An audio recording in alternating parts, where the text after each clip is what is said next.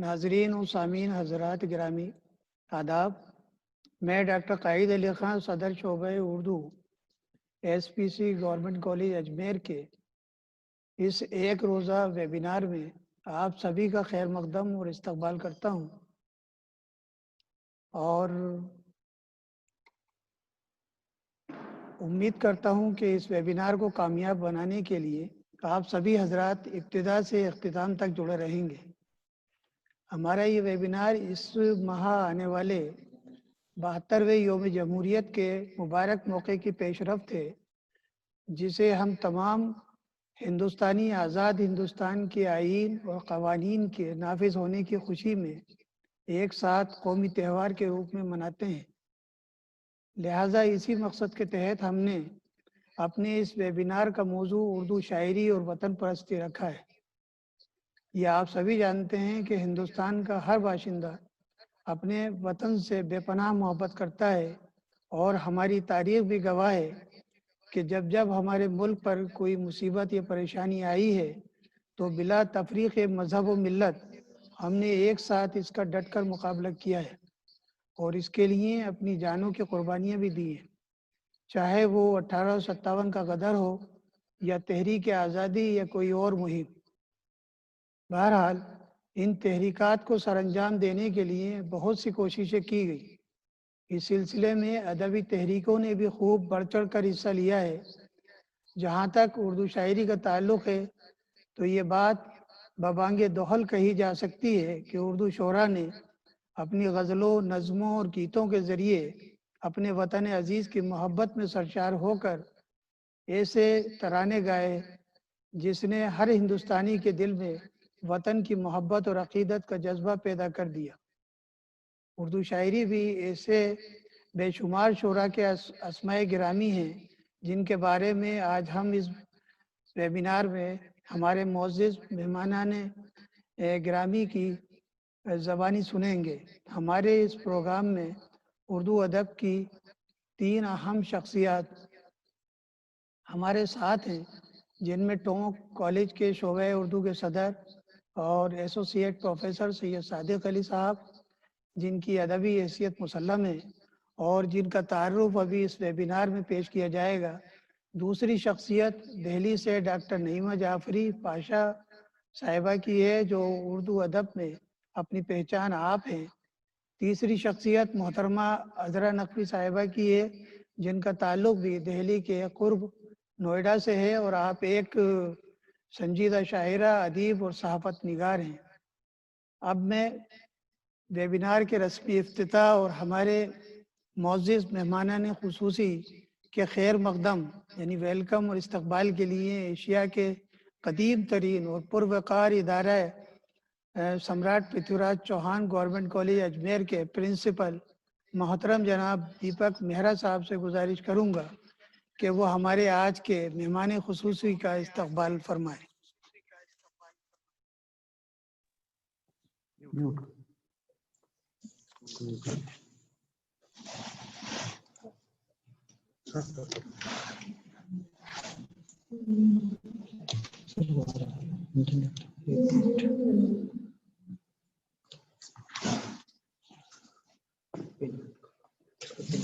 ہاں سر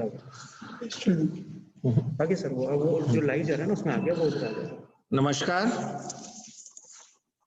آج کے ویبینار کے کنوینر قائد علی خان، کوآرڈینیٹر معین الدین جی اور آرگنائزنگ سیکرٹری سرکندہ جی کو میں مبارکباد دیتا ہوں کہ بہت بڑھیا تھیم پہ انہوں نے یہ نیشنل ویبینار اردو شاعری میں وطن پرستی کو رکھا ہے۔